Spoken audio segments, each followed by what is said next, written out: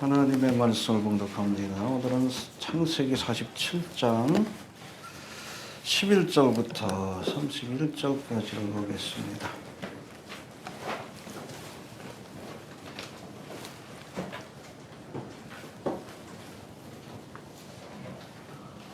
(11절부터)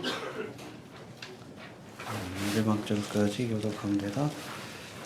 요셉이 바로의 명대로 그 아비와 형들에게 거할 곳을 주되 애굽의 좋은 땅 람세스를 그들에게 주어 기업을 삼게 하고 또 그 아비와 형들과 아비의 온 집에 그 숫을 따라 식물을 주어 옮겨야 되었다. 기근이 더욱 심하여 사방에 식물이 없고 애굽 땅과 가나안 땅이 기근으로 쇠약하니 요셉이 곡식을 팔아 애굽 땅과 가나안 땅에 있는 돈을 물질에 거두고 그 돈을 바로의 애굽 땅과 가나안 땅에 돈이 지난지라 애굽 백성이 다 요셉에게 와서 가로되 돈이 지나였사오니 우리에게 식물을 주소서 어찌 주 앞에서 죽으리이까. 요셉이 가로되 너의 짐승을 내라 돈이 지나였은즉 내가 너의 짐승과 바꾸리라. 그들이 그 짐승을 요셉에게 끌어오는지라 요셉이 그 말과 양떼와 소떼와 나귀를 받고 그들에게 식물을 주되 곧 그 모든 짐승과 바꾸어서 그해 동안의 식물로 그들을 기른지라.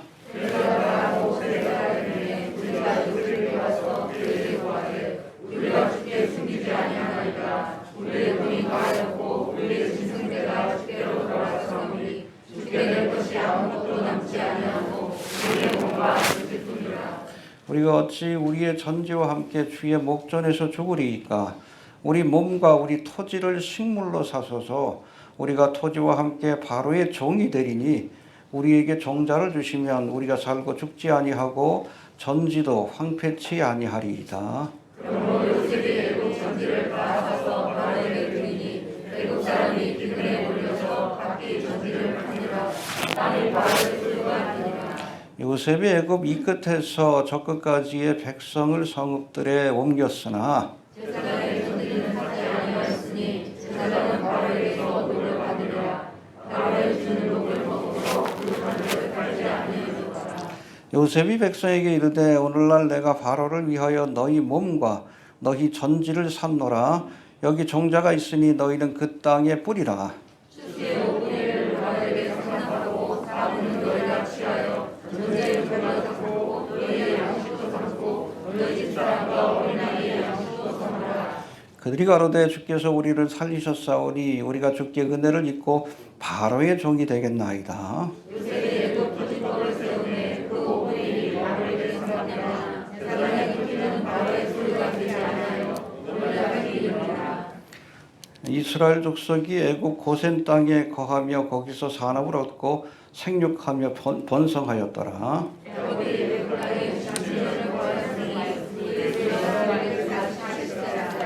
이스라엘의 죽을 기한이 가까움에 그가 그 아들 요셉을 불러 그에게 이르되 이제 내가 네게 은혜를 입었거든 청하노니 내 손을 내 환도뼈 아래 넣어서 나를 인애와 성심으로 대접하여 애굽에 장사하지 않기를 맹세하고 내가 조상들과 함께 있거든 너는 나를 애굽에서 내어다가 상인에 장사하라. 요셉이 가로되 내가 아버지의 말씀대로 행하리이다. 함께 봉독합니다. 야곱이 또 가로되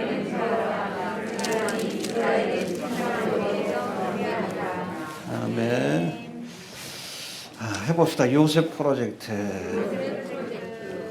바로의 왕권을 강화시키고 어찌 보면 이스라엘의 애굽 땅의 모든 그러한 국가적인 통치의 체계를 그렇게 새롭게 하는 그런 과정을 보여주고 있는데 아무튼 이 사건은 해봅시다. 7년 기근을 통해 왕권을 강화하고 애굽을 통치하였다.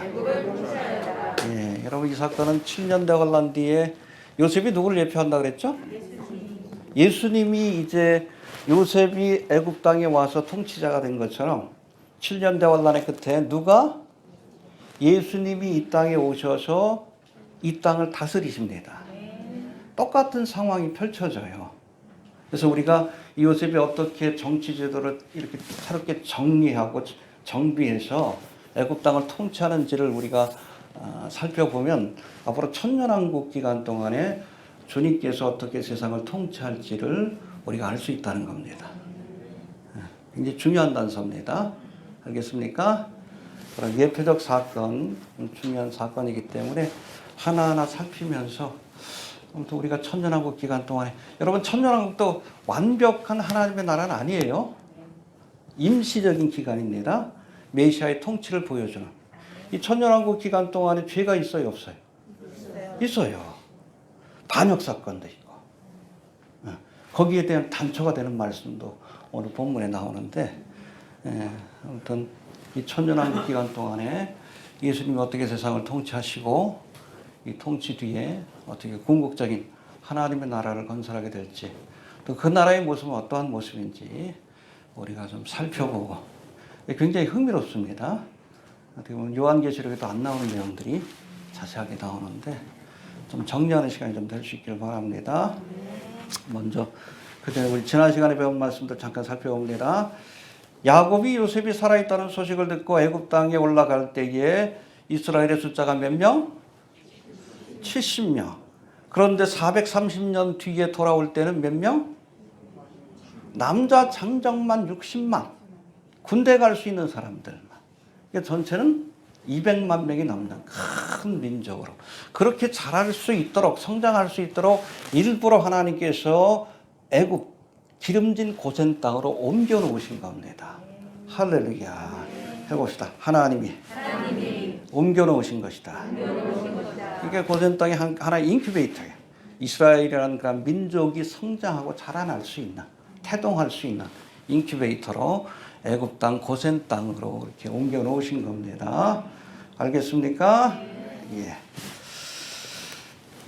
야곱은 자신의 나이를 묻는 바로왕에게, 이제 요셉이 아버지하고 형제를 이 바로왕에 데려가니까 이 바로왕이 느닷없이 야곱의 나이를 물었어. 왜 물었어요? 신기해서. 그렇게 나이 든 사람을 본 적이 없어요. 바로왕의 평균 수명은 42전에 죽습니다. 왜 그래요? 제의를 행할 때 마약을 먹기 때문에 그래요. 그래서 일찍 죽는데, 뭐 주변에 뭐 50, 60 된 그런 사람들도 찾아보기 힘든데 130살이니까 얼마나 신기했겠습니까?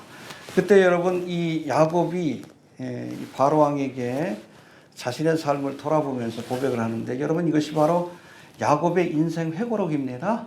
알겠습니까? 예, 뭐라고 말씀합니까? 내 나그네 길의 세월이 130년이니이다. 여러분 우리가 130년을 살고 1000년을 살아도 이 땅의 삶은 나그네인 것을 우리가 기억할 수 있게 되길 바랍니다. 오래 살아도 이곳이 고향이 아니에요. 언젠간 돌아가야 될 본향이 있다는 사실. 나그네와 행인 같은 너희를 권한다라고 말씀합니다. 잊어버리지 않기를 바랍니다. 우리가 믿음의 조상을 통해서 아브라함, 이삭, 야곱을 통해 또 요셉을 통해서 배워야 하는 것은 우리 인생은 나그네 길이다. 알겠습니까? 여기에다 좀 미련두지 않기를 바랍니다. 나의 연세가 얼마 못되니 우리 조상이 나그네 길의 세월에 미치지 못하나 험악한 세월을 보내었나이다. 인생은 고해입니다. 예수를 믿어도 힘들어요. 사실은 여러분 신앙생활이 그렇게 쉬운 게 아니에요. 인생 자체가 먹고 사는 것 자체가 힘든 일이야. 거기다가 우리는 신앙생활까지 하려니 더 어렵지. 원래 그런 겁니다. 이상하게 여기지 마십시오. 예수 믿으면 만사형통한다. 거짓말이요. 어디 성경에 그런 게 있어. 십자가의 길이라고 했어요. 예수를 믿고 거듭난 하나님의 백성이라 할지라도 우리의 삶은 험악한 세월이요. 정도의 차이가 있을 뿐이지. 알겠습니까? 평탄한 삶을 살았던 이삭의 삶에도 고난이 있었어요. 해봅시다. 험악한 세월을 보내었나이다. 예, 눈물과 재앙과 고난과 슬픔이 많은 이 땅에 미련두지 마시고 의와 평강의 희락이 넘치는 하나님의 나라의 소망을 둘 수 있게 되길 바랍니다. 이제는 우리 본문의 말씀을 통해 특별히 요셉이 애굽 땅을 통치하는 그 모습을 통해 앞으로 펼쳐질, 그때는 우리가 그리스도의 신부로서, 그렇죠? 왕후의 권세를 가지고 함께 이 땅을 다스리게 될 거예요. 누구와 함께? 예수님과 함께. 할렐루야. 그때 유대인들은 제사장 나라로서 통치하고 우리는 왕의 권세를 가지고 주님의 통치에 함께 할 줄로 이렇게 믿으시길 바랍니다. 그걸 우리가 생각하면서 말씀들을 살펴봅시다. 11절 12절 시작.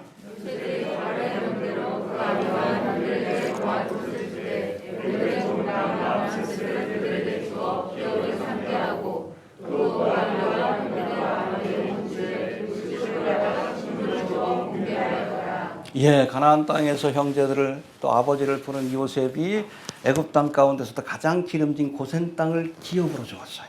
할렐루야. 믿습니까? 여러분, 천년왕국 끝에도 이제 이스라엘 백성들에게 주님께서 기업을 나눠줍니다. 어딜 줘요? 젖과 꿀이 흐르는 가나안 땅을. 할렐루야. 지금은 뭐 거기 건조하고 사막 기후 그런데 아니요. 천년왕국 때가 되면 여러분 성전 문지방에서 생수의 강이 흘러서 이스라엘 땅을 적시면서 옥토로 바뀌게 될 거예요. 에덴 동산처럼. 할렐루야. 그 기름진 땅을 여러분 이스라엘 백성들에게 기업으로 줄 겁니다. 거기에 관한 말씀이 에스겔 47장하고 48장에 나와 있는 거예요. 이해가 되십니까? 예.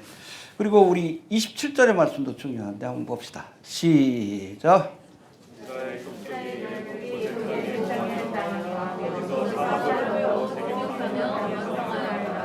왜 고센 땅을 주셨어요? 거기서 생육하고 번성할 수 있도록. 앞서도 설명했지만 인큐베이터예요. 이스라엘이 큰 민족으로 성장할 수 있도록. 가나안 땅에 있으면 안 돼. 그들하고 섞이기 때문에. 민족의 정체성이 사라집니다. 가나안 족속과 같이 심판받을 수밖에 없어요. 이 고센 땅에서도. 여기서도 부족한 자를 이기잖아, 목적을 하니까. 그렇죠? 따로 살 수밖에 없었어요, 고센 땅에. 고센 땅이 어디 있다 그랬죠? 삼각주 가운데서도 맨 오른쪽에 있어요. 왜 여기다 거처를 정했는가? 언제든지 떠나라고 하면 가나안 땅으로 떠날 수 있도록. 그러니까 애굽 땅 가운데서도 가장 기름진 땅인 동시에 가나안 땅과 가장 가까운 곳이 이 고센 땅. 뒤에는 라암세스라고 불리우지만 바로 그곳에 하나님께서 거처를 주시고 그곳에서 생육하고 번성할 수 있도록 축복해 주신 겁니다. 이게 하나님의 섭리입니다. 그래서 하나님께서 가라 할 땐, 멈추라고 할 땐, 그렇죠. 어떨 때는 가나안 땅에 머물러야 될 때가 있어요. 기근이 와도. 아브라함과 이삭 때 내려가지 말라 그랬잖아. 그러나 떠나야 할 때도 있어요. 이게 하나님의 뜻입니다. 알겠습니까? 장소가 중요한 것이 아니라 말씀을 쫓아가는 삶이 믿음이요. 해봅시다. 말씀을 쫓아가는 것이 믿음이다. 왜 그래요? 예수님의 말씀이요. 말씀이 육신이 되고 우리 가운데 거하시며. 신앙생활은 여러분 하나님의 말씀을 쫓아가는 거예요. 이해가 됩니까? 그러니까 머물라고 하면 머물고 떠나라고 하면 떠나는 것. 그게 믿음이요. 이해가 되십니까? 예. 말씀을 쫓아갈 수 있게 되길 바랍니다. 여튼 고센 땅으로 인도하여 큰 민족으로 성장케 하려는. 그래서 요셉을 먼저 보낸 거예요. 나 팔려온 게 아니라 보내심을 받았다. 이 일을 위해서, 이때를 위해서. 그 모든 일이 합력하여 하나님의 뜻을 이루는. 아브라함이 약속했잖아요. 큰 민족이 되리라.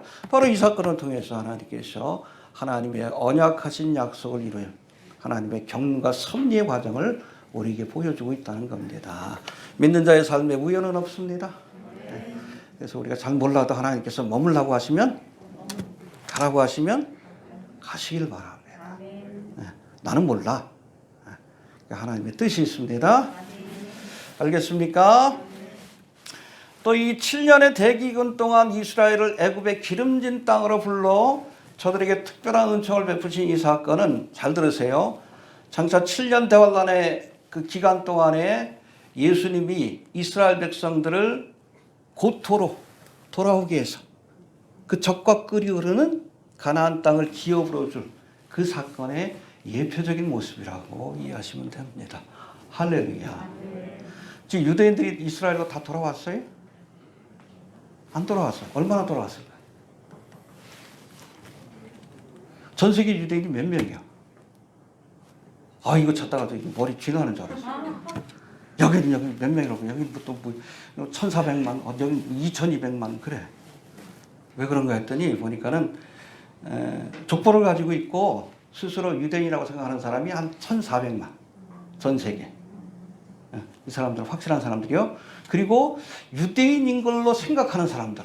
우리 조상 중에 유대인이 있었는데 그런 사람들까지 합하면 한 2,200, 300만 정도 된다고 합니다. 근데 유대인 가운데 그런 전 세계에 흩어진 디아스포라죠. 유대인 가운데 가장 많이 살고 있는 나라가 어디요? 아니에요. 러시아 얼마 안 돼. 몇 프로 안 돼요. 10%도 안 됩니다. 러시아 사람들은 많이 갔어요. 그쪽으로. 이스라엘이 아니라 미국이에요. 전 세계 유대인의 반 정도가 미국에 삽니다. 정작 여러분 이스라엘 땅에 고토로 돌아와서 이스라엘 땅에 머물고 있는 유대인들은 30에서 40%밖에 안 된대요. 돌아와야 돼. 흩어졌던 유대인들이 돌아와야 돼. 그렇죠? 흩어졌던 유대인들을 모으실 겁니다. 뭘 통해서? 7년 대환란을 통해서. 이해가 되시죠? 돌아와야 돼. 지금 살만하잖아. 조상의 회장님 그렇게 얘기를 해요. 지금 뭐 이스라엘 땅에 있는 유대인들 가운데도 부자들은 애들을 다 유학 보낸대. 미국, 유럽으로. 왜냐하면 여기 남아있으면 군대 가야 되니까. 여자애들도 군대 가야 되니까. 돈 있는 사람은 다 보낸대. 그러니까 돈 있는 사람들 다 나가고 러시아 이런 지역, 중앙아시아 가난한 나라 출신 유대인들이 그 자리를 메꾸고 있대요. 그래서 점점 러시아계 유대인들이 숫자가 많아진대요. 사람 사는 거 다 똑같아요. 전쟁 날 것 같으니까 애들 자꾸 빼돌리는 거예요. 이 사람들이 다 돌아와야 돼. 성경의 예언이 성취가 되려면. 뭐 시작이 됐지만 고토로 돌아오는 사건 아직 뭐 30%밖에 안 돌아왔는데. 미국 땅에 그 환란이 있어야지. 그렇죠? 7년대 환란. 그래야 저들이 고토로 돌아와서 그 땅을 기업을 얻게 되는 겁니다. 그래야 성경의 예언이 성취가 되는 거예요. 7년 대기근을 통해서 이스라엘 백성들이 고센 땅으로 이주해 온 것처럼 7년 대환란을 통해 전 세계에 흩어진 유대인들이 고토로 돌아와서 그곳에서 민족적으로 회개하고 하나님의 사명을 감당하다가 재림하시는 예수님과 함께 천년왕국의 세상 나라로서 참여하게 될 겁니다. 이해되시죠? 예, 머릿속에 그려지시죠? 자, 13절 넘어갑니다. 13절 시작.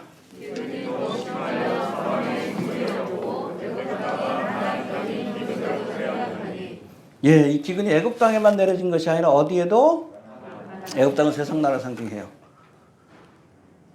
여러분 7년 대환란은 세상에만 내려지는 것이 아니라 이스라엘 땅에도 환란이 있습니다. 재앙이 있어요.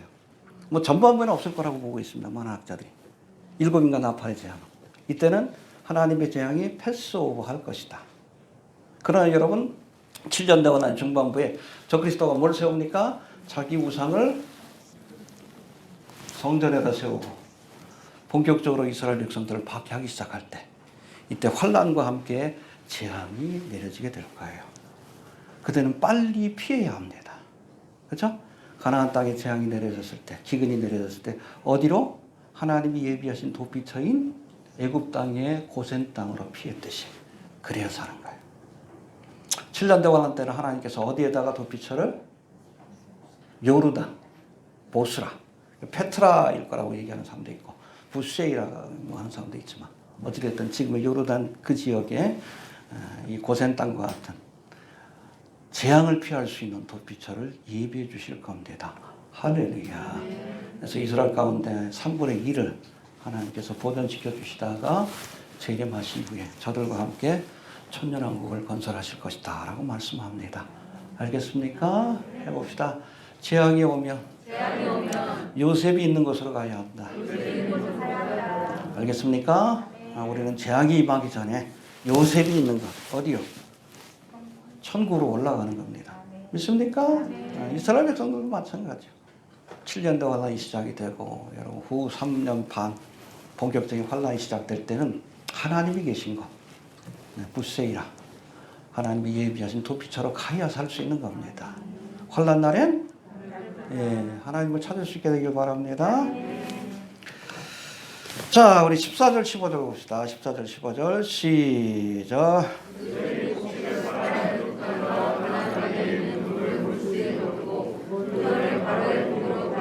예, 여기 보니까 돈을 다 거둔 거예요. 현금 없는 사회입니다. 천년왕국. 돈이 없어요. 돈은 것 우상이기 때문에. 흥미롭죠? 돈을 다 거둔 거예요. 이제 뭐 금과 은과 뭐 돈 같은 것들이 뭐 돈이니까 다 거두었습니다. 돈이 사라졌습니다. 예, 돈이 지난지라. 예, 뭐 돈이 다 사라졌다는 얘기예요. 그다음에 15절 봅시다. 시작.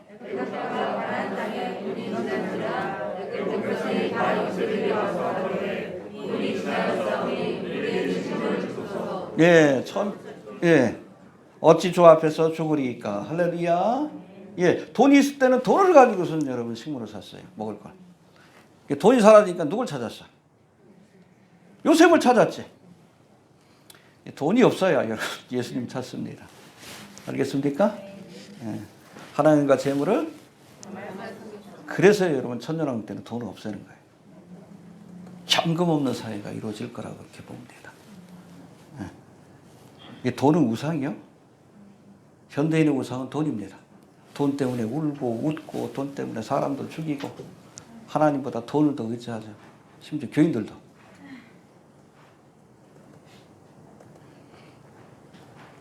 천년왕국 이 돈이 사라진 것이에요. 현금 없는 사회. 그걸 흉내내는 거죠. 누가? 적그리스도의 세력들이. 이해가 되시죠? 천년왕국은 돈이 없는 사회입니다. 그러니까 필요한 게 있을 때 돈을 찾는 것이 아니라 누굴 찾게 돼? 예수님을 찾으면 예수님이 주시는 거예요. 이해가 되십니까? 네. 해봅시다. 천년왕국. 돈이 없는 사회다. 예. 아무튼 하나님의 것을 흉내내기를 좋아하는 사탄 마귀가 요셉이 기근을 통해서 애굽 땅에 있던 돈을 다 거두어 들인 것처럼 똑같은 그런 전략을 사용하고 있어요. 이게 적그리스도판 요셉 프로젝트입니다. 코로나 사태 이후에 전 세계적으로 경제적 위기가 찾아왔잖아요. 그렇죠? 우리나라는 뭐 부도 위기가 있다고 그러고 달러가 오르고 기름값이 오르고 그러는데 이 기근이에요. 일부러 만들어낸 기근입니다. 이 기근을 통해서 결국에는 세계의 모든 돈을 휴지 조각처럼 만들어버려요. 인플레이션이 심해지면 여러분 돈이 사라지는 거예요. 돈이. 가치가 사라지는 거예요. 아르헨티나 막 이런 나라들처럼. 그러고 나면 뭐 할 거예요? 돈이 사라진 곳에 디지털 세계 화폐가 등장하게 될 것이고 짐승의 표를 받지 않으면 물건을 사고 팔 수 없는 세상이 오게 될 겁니다. 이게 적그리스도판 요셉 프로젝트입니다. 똑같이 흉내냅니다. 그래서 뉴월드 오더를 뭐라고 표현한다고요? 밀레니엄 프로젝트, 천년왕국 프로젝트라고 얘기를 합니다. 하나님의 것을 그대로 흉내낸 거예요. 이 요셉이 통치할 때는 자발적으로 했지만 적그리스도가 통치할 때는 강제적으로. 이해가 됩니까? 예. 그 다음에 돈만 사라지는 것이 아니라 16절, 17절 봅시다. 시작.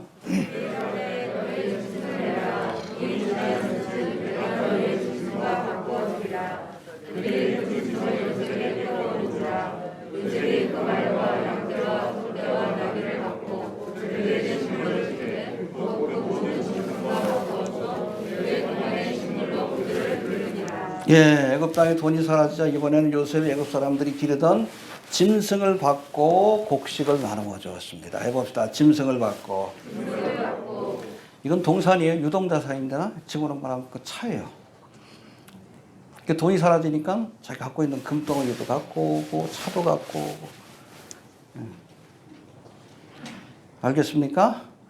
재미난 게 뭐냐면 이렇게 거둔 여러분 짐승들, 가축들을 어떻게 했을까요? 다 잡아먹지도 못하잖아. 누구한테 줬을까? 이스라엘 백성에게 줬겠죠. 이해가 되시죠? 누구에게 줬겠어요? 여러분, 그 요셉의 형제들이 바로왕을 만날 때 바로가 뭐라 그랬어요? 야, 너희 형제 중에서 능한 자가 있으면 내 가축을 돌보게 하리라. 그렇죠? 이 가축이 누구의 소유요? 바로왕. 누구에게 맡겼겠어? 자. 기회가 되십니까? 27절 한번 보시죠. 27절 다시. 시작.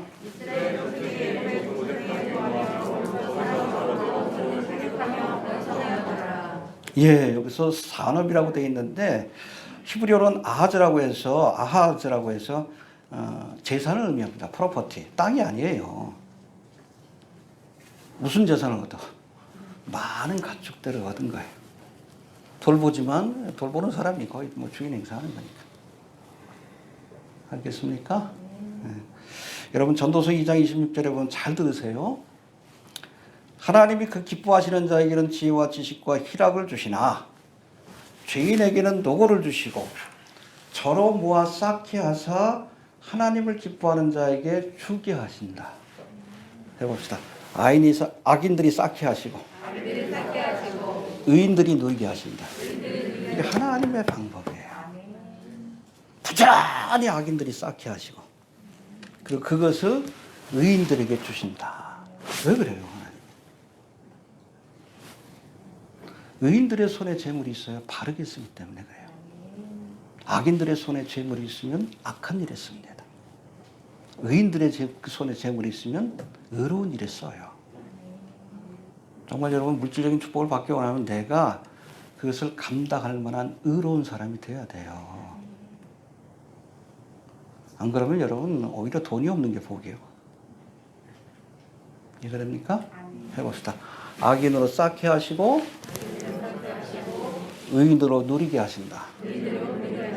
애굽에 있는 모든 가축들을 이스라엘 백성에게 준 거예요. 저들이 잘 관리해서 하나님의 영광을 위해서 쓸 수 있도록. 할렐루야. 이게 하나님의 방법인 것을 우리가 알아야 합니다. 이해가 됩니까? 네. 정말 물질적인 축복을 받길 원한다면 의롭게 쓰는 법을 하나님 앞에 보여주시길 바랍니다. 그래야 하나님이 주시는 거예요. 필요하면 악인의 것을 빼앗아서라도 우리에게 주실 줄로 그렇게 믿으시길 바랍니다. 예, 그 다음에 18절 19절 봅시다. 시작.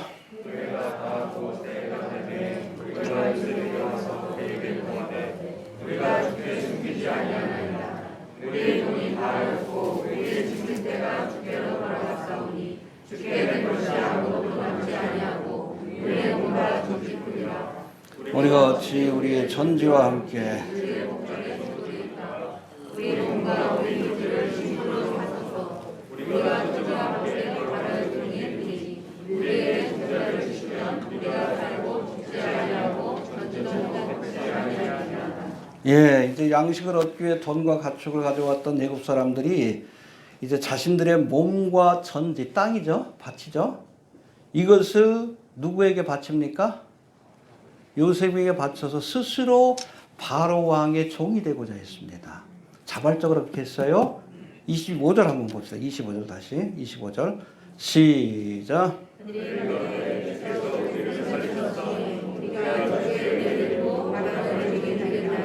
그렇죠. 요셉의 은혜를 내가 입었사오니 이제는 바로 이게 하나님을 예표하는데 우리가 하나님의 종이 되겠나이다.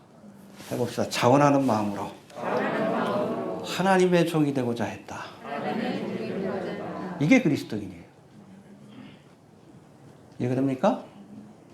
예수님이 산상수훈에서 뭐라고 했습니까? 나더러 주여 주여 하는 자마다 천국에 들어갈 것이 아니요 다만 하늘에 계신 내 아버지의 뜻대로 행하는 자.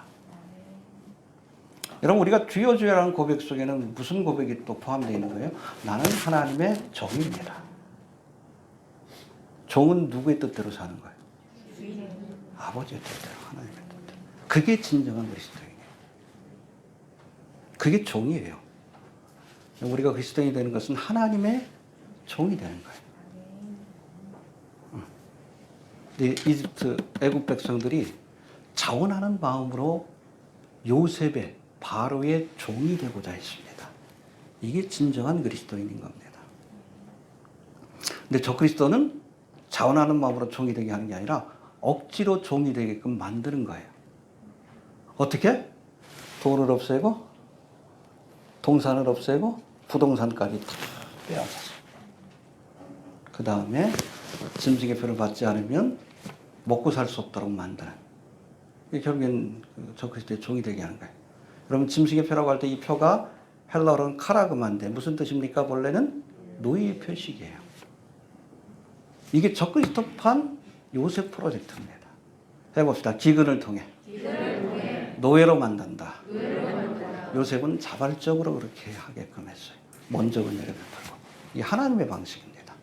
그러나 적그리스도는 강제로, 억지로. 여러분 적그리스도의 종이 되지 않으면 살 수 없는 세상을 만들 겁니다. 이게 바로 뉴 월드 오더의 모습이에요. 요즘 경제사회 분야의 그 베스트셀러인데 2030 추계전환이라는 책 혹시 읽어본 분들이 계십니까? 시프트 체인지. 이게 2020년 10월 달에 우리나라에서 출판이 됐는데 와튼 스쿨의 마우로 기엔 교수가 쓴 책입니다.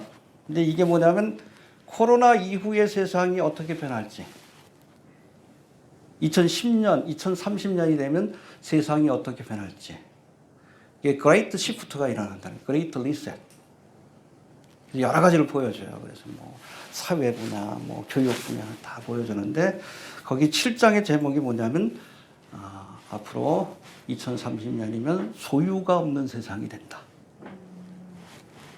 돈도 동산도 부동산도 사라지는 다 뺏어가는 거예요.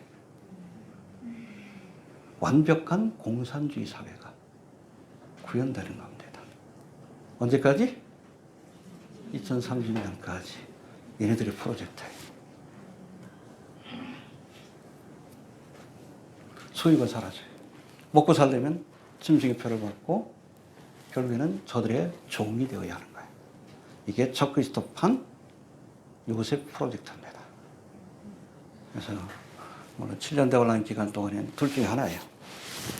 하나님의 인을 받고 하나님의 종이 될 것인지 짐승의 표를 받고 짐승의 노예가 될 것인지 그 결과에 따라서 하나님의 종이 된 사람은 하나님을 섬기다가 하나님과 함께 천국에 가는 것이고 짐승의 표를 받는 사람은 짐승의 노예로 일하다가 결국에는 죽어서도 짐승의 노예가 되기 위해 지옥불에 떨어지는 겁니다.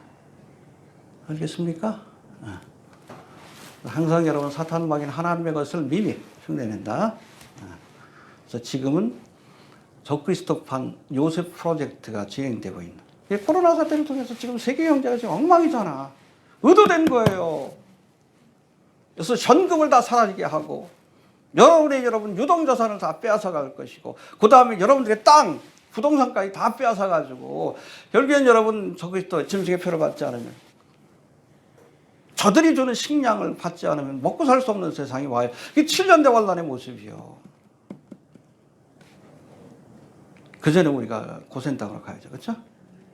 이해가 되십니까? 네. 자, 20절 봅시다. 20절. 시작.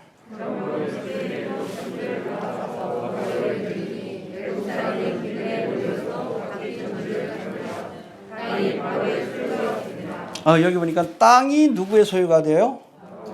예, 여기 바로 하나님을 상징하는데 본래 땅은 하나님께 속한 것입니다. 이스라엘 백성들에게도 이게 땅을 분배하면서 여러분 레위기 25장에 보니까 12지파에게 분배한 이 가나안 땅의 법적인 소유권은 누구에게 있다? 하나님께 있다라고 그렇게 분명히 명시하십니다. 거기 보니까 토지를 영영히 팔지 말 것은 토지는 다 내 것입니다. 땅 투기하면 안 돼요. 하나님이 기뻐하지 않는 겁니다. 해봅시다. 토지는 다 내 것이라. 그렇죠. 애굽에 있는 모든 토지가 누구의 것이 됐어요? 바로 왕의 소유가 됐지. 그래서 레위기 25장에 보면 해봅시다. 토지를 영영히 팔지 말 것은 영영히 팔지 말라는 것은 팔 수도 있다는 얘기예요. 임시로라도. 근데 그렇게 팔았을 경우에는 어떡합니까? 50년마다 돌아오는 희년 때는 본래 그 땅을 기업으로 받은 사람에게 돌려줘야 돼. 이게 여러분 유대인의 토지법이에요. 알겠습니까? 왜? 이 땅은 누구의 것이기 때문에? 하나님의 것이기 때문에. 토지 공개념이 사실 여기서 나와요.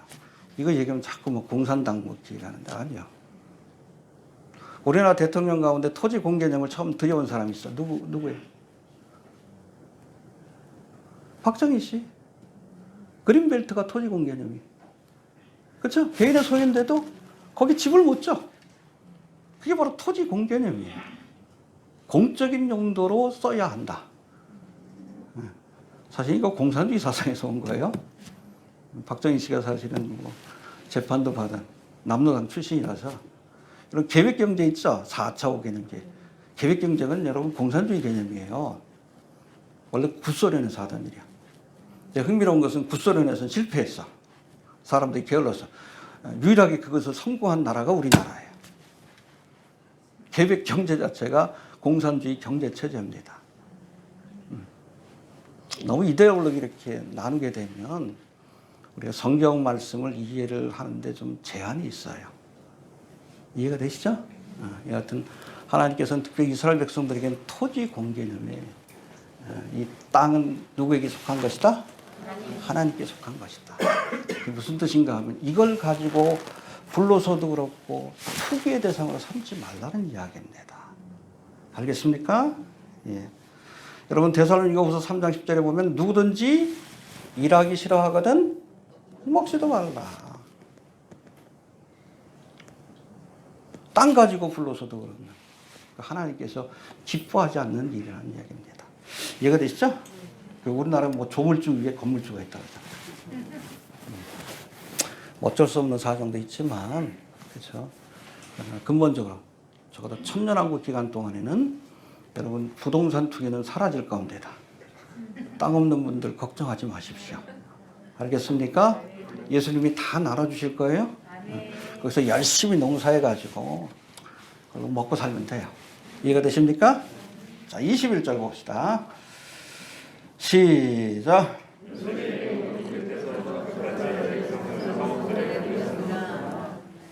이제 당을 다 이렇게 하고 나서 이제 어떻게 보면 요셉 이전에는 농촌 사회였던 애굽 사회가 도시 국가로 바뀌게 되는 겁니다. 정비를 하는 거예요. 알겠습니까?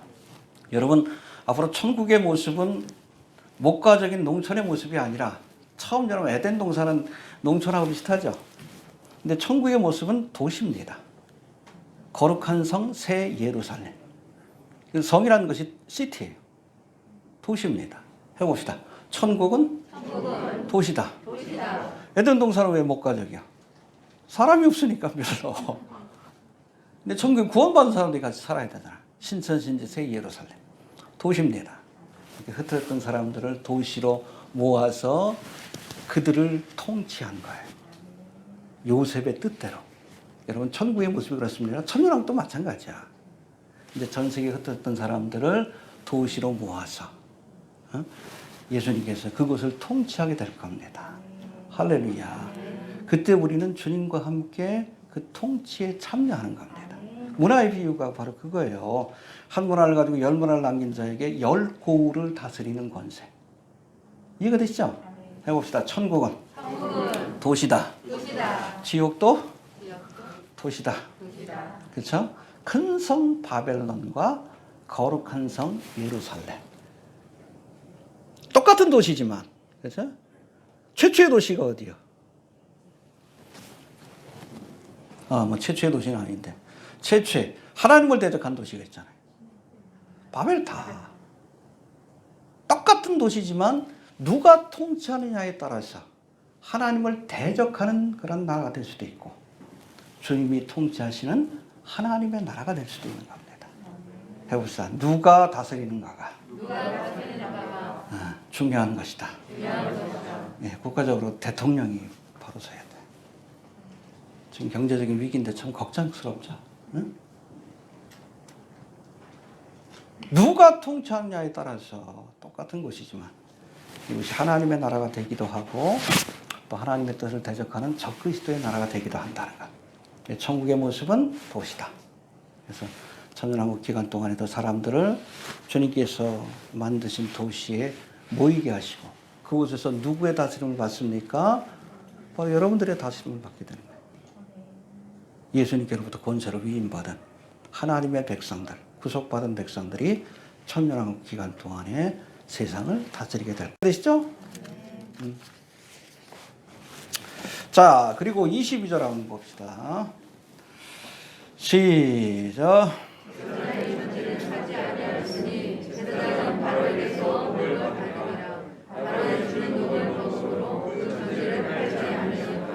그렇죠. 이 제사장은 무슨 제사장이에요? 이방신을 섬기는 제사장. 이들은 요셉의 통치 바깥에 있었습니다. 그렇죠? 땅을 갖다 바칠 이유도 없고 요셉의 말을 들을 필요도 없는 사람들이에요. 26절 봅시다. 시작.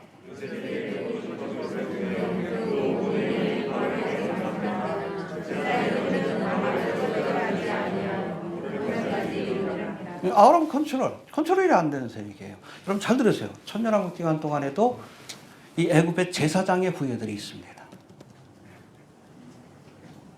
은밀히 예수님의 통치를 거부하고 은밀히 사신우상을 섬기면서 마지막 때에는 무정에서 올라온 용과 함께 예수님을 대적하게 될 어둠의 세력이 있다는 것을 우리가 알아야 합니다. 여러분 에덴 동산에도 사탄이 있었어요. 천년왕국은 완성된 하나님의 나라가 아니에요. 그곳에도 세상을 미혹하는 사탄 마귀가 있을 것이고 그들을 추종하는 애굽의 제사장들이 있을 겁니다. 그들을 심판하시고 백보자에서 새하늘과 새 땅과 신천신지 새 예루살렘을 펼친다는 것이 바로 요한계시록의 마지막 모습입니다. 천년왕국도 완성된 하나님의 나라가 아니다. 그곳에 누가 있다고요? 제사장의 부하들이 있습니다. 주님의 통치를 거부하는 자다. 그들까지도 심판하시고 또 주님께서 이 땅에 온전한, 그러니까 자발적으로 주님의 종이 되겠다고 하는 사람들을 데리고 구약시대, 신약시대, 교회시대, 환란 때, 천년왕국 기간 동안에 자발적으로 주님의 종이 되겠다, 주님의 뜻대로 살겠다고 하는 하나님의 백성들을 데리시고 이제 신천신지 새 예루살렘에 들어가시게 될 겁니다. 알겠습니까? 천년왕국 기간에는 또 죄가 있습니다. 반역하는 무리들이 있어요. 여기 보니까 제사장 후예들이 그때도 사람들을 미혹하게 될 겁니다. 야, 예수님 뭐 저거 하시면 좀 너무 독재하는 것 아니요? 응? 여러분, 천국은 독재 국가예요. 왕이 다스리는 국가입니다. 가장 이상적인 정치 형태가 사실은 독재입니다. 가장 여러분 유능하고 선하고 의로운 왕이 통치할 때에 그게 여러분 하나님의 나라 될 수 있는 거예요. 근데 사람들은 그렇게 의롭지 못해. 죄의 본성이 있어. 그래서 민주주의 제도를 만든 거예요. 권력을 분산시키는 겁니다. 입법, 사법, 행정. 왜? 사람들이 타락했기 때문에. 절대 권력은 절대 타락하는. 그러나 예수님은 타락할 분이 아니시잖아요. 의로운 왕이 다스리는 곳이 여러분 그 천국은 민주주의가 아닙니다. 응? 민주주의가 아니에요. 주님이 왕으로서 통치하시는 곳입니다. 우리는 자발적으로 주의 뜻에 순종하는 종이 될 겁니다. 청지기처럼. 이해가 되시죠? 네. 머릿속에 좀 그려지시죠? 천국에 뭐가 없어요? 돈도 없고. 그렇죠? 네? 목사도 없겠죠? 아니에요. 말씀을 가르치는 사람이 있을 거예요. 천년왕국에 시민들이 있으니까. 저도 할 일이 좀 있을 것 같아. 신천지인지 새 예루살렘은 목사가 없습니다. 거기는 여러분 다 구속받은 백성이니까 예수님이 계신데 못 잡아갔어요. 아무튼 돈이 없는 것이고 아무튼 도시가 중심이 된 거라는 것이고 또 여러 가지 우리가 말씀들을 통해서 우리가 확인할 수 있는데, 자, 이번에는 이 천년왕국 때 세금이 있을까요, 없을까요? 세금이 있습니다. 세상을 통치하려면 세금이 필요해요. 얼마를 바칠까요? 여기 나와요. 23절, 24절 봅시다. 시작.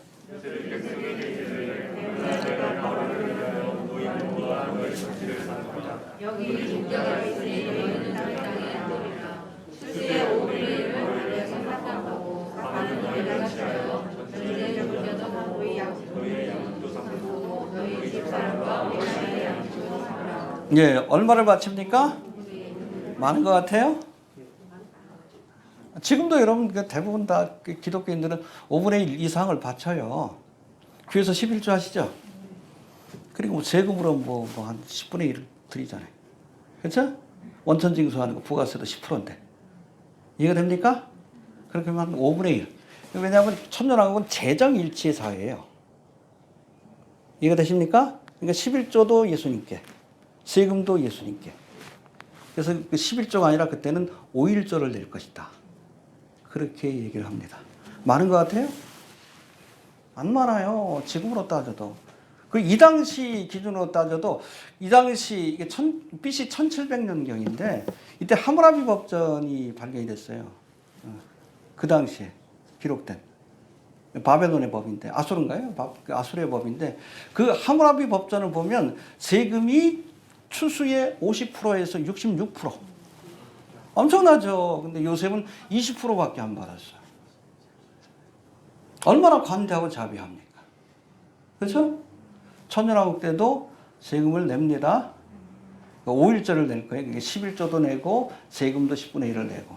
그래서 아마 소득의 한 5분의 1 정도로 바치게 될 것이다. 이것이 통치자금으로 또 중요한 일에 그렇게 쓰여지게 될 것이다. 가난한 사람들을 구제한다든지 이런 일에 사용되게 될 겁니다. 알겠습니까? 이스라엘 백성들에게 하나님을 섬기고 또 말씀을 가르치는 자들에게 또 나눠주기도 하고 통치자금으로 사용될 겁니다. 해봅시다. 천년왕국에도 세금은 있다. 5분의 1을 바칠 겁니다. 알겠습니까? 많다고 생각하지 마십시오. 지금도 그 정도는 내고 있어요. 그 이상으로 내고 있습니다. 알겠습니까? 억울해하지 않길 바랍니다. 그렇다면 이렇게 백성들로부터 얻은 5분의 1의 세금을 가지고 요셉이 과연 무엇을 했을까? 많은 역사가들은 이 요셉이 기근 기간 동안에 백성들로부터 돈을 다 걷어들였잖아요. 엄청난 돈을 걷어들였고 또 세금도 걷어들이고 있고 이걸 가지고 애굽 땅에서 기근의 문제를 근본적으로 해결할 수 있는 엄청난 국책 사업을 벌였다라고 그렇게 역사가들은 말하고 있습니다. 그게 뭔가 하면 잘 들으세요. 구체적으로는 애굽의 삼각조죠? 고센 땅이 여기 있고 비옥한 땅이죠. 여기 빅토리아 호수로부터 이 애굽 강이 흐르기 시작하는데 이 삼각조 바로 밑에다가 수로를 팠어요. 이거를 지금도 바르 요세프라고 해가지고 요셉의 수로라고 얘기를 합니다. 지금도. 수로를 파가지고선 이 수로로 물을 끌어들여가지고 호수를 만들었어요. 이게 뭐냐 하면 비가 많이 올 때는 홍수를 조절하고 비가 안 올 때는 여기서 물을 흘려보내가지고 가뭄의 문제를 해결하고 엄청난 국책 사업을 벌여서 지금도 이 요셉의 수로가 남아 있습니다. 3700년 전에 만들어진 건데 그걸 보수해가지고 이집트에서 아직도 쓰고 있어요. 제가 이따 설교 올릴 때 사진 올려드릴게요. 아랍어로는 The Bar Yosef, 요셉의 수로다 혹은 요셉의 바다다 그렇게 얘기를 합니다. 수로를 통해서 200마일 정도 수로를 파가지고 저수지에다 물을 바다처럼 가동하기 때문에 하나님 주신 돈을 가지고 그렇죠? 백성들이 낸 돈을 가지고 바른 일에 백성들을 유익하게 하는 일에 사용한 겁니다. 해봅시다. 거둔 세금을 가지고 백성들의 유익을 위해서 사용했다. 이런 여러분 지도자를 만나야 돼요. 세금 걷어가 자기 욕심 채운 게 아니에요. 근본적으로 기근의 문제를 해결할 수 있는 요셉의 수로를 파서 이후로는 다시는 기근으로 시달리지 않도록 그렇게 근본적인 문제를 해결했다. 그 위대한 지도자죠. 예수님은 바로 그런 분입니다. 여러분 5분의 1 세금 낼 만하죠? 다 바칠 만하죠? 왜? 예수님이 좋은 일에 쓰시니까. 응? 자기 욕심 채우면 우리가 낼 필요 없지만 우리를 위해서 또 쓰시니까. 이해가 됩니까? 네. 그렇게 할 겁니다. 그러니까 세금 낼 때 억울해하지 마시고 아까워하지 않기를 바랍니다. 자, 이제는 야곱이 죽음을 준비하는 모습이 이제 28절부터 우리 계속 48장하고 49장하고 연결이 되는데 먼저 28절의 말씀 한번 봅시다. 시작.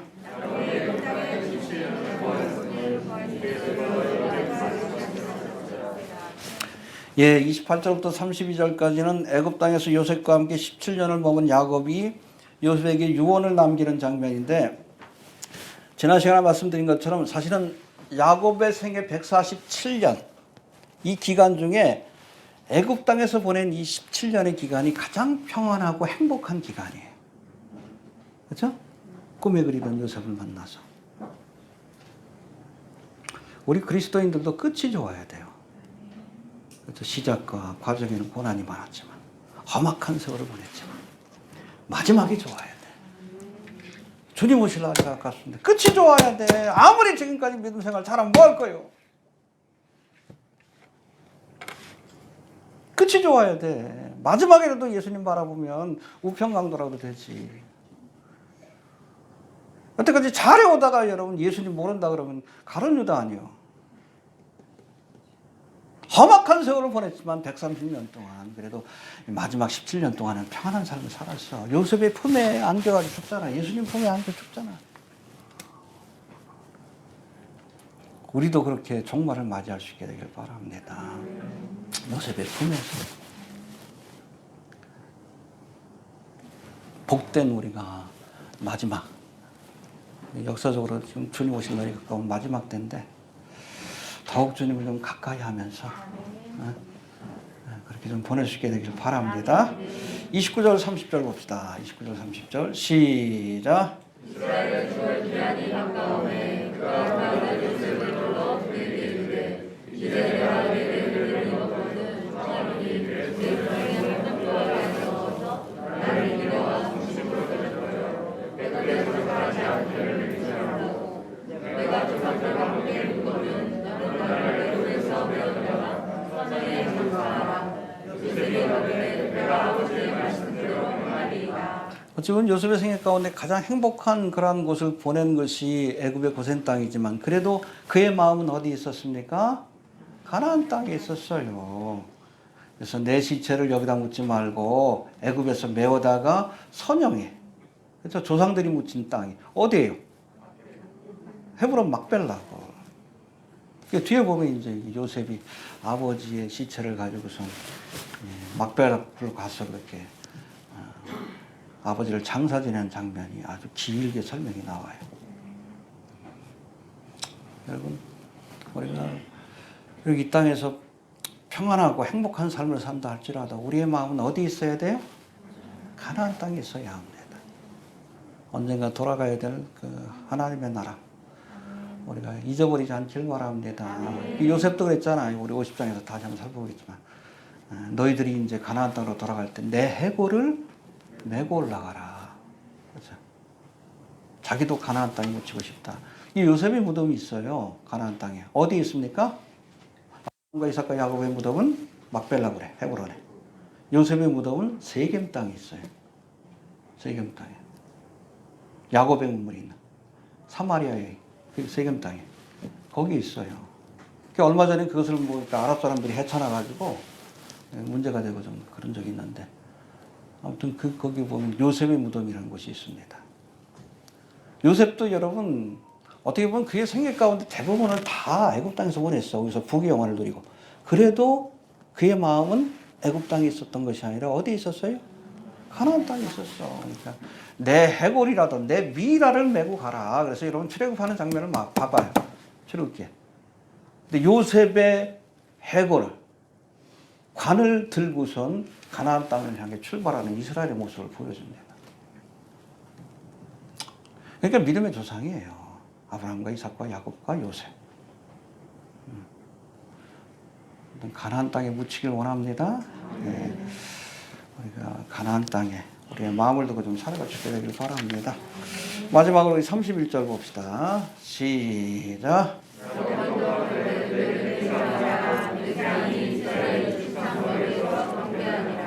예, 맹세하라 그러니까 맹세하니까 마지막으로 하나님 앞에 경배와 찬양을 드리잖아요. 감사합니다. 근데 어떻게? 침상머리에서. 기운이 없으니까 기운이 있으면 뭐 제단 잡고 거기서 했겠지. 히브리서에서는 똑같은 장면을 12서 11장 21절에 보니까 야곱이 지팡이 머리에 의지하여 하나님을 경배하였더라. 그러니까 침상에서도 뭐 일어서지도 못하는 거예요. 그러니까 지팡이를 의지해가지고 누워가지고 할 수는 없잖아. 그래도 무릎이라도 꿇어야지. 마지막까지 그에게 남은 힘을 가지고 하나님을 경배했습니다. 우리도 그럴 수 있게 되길 바랍니다.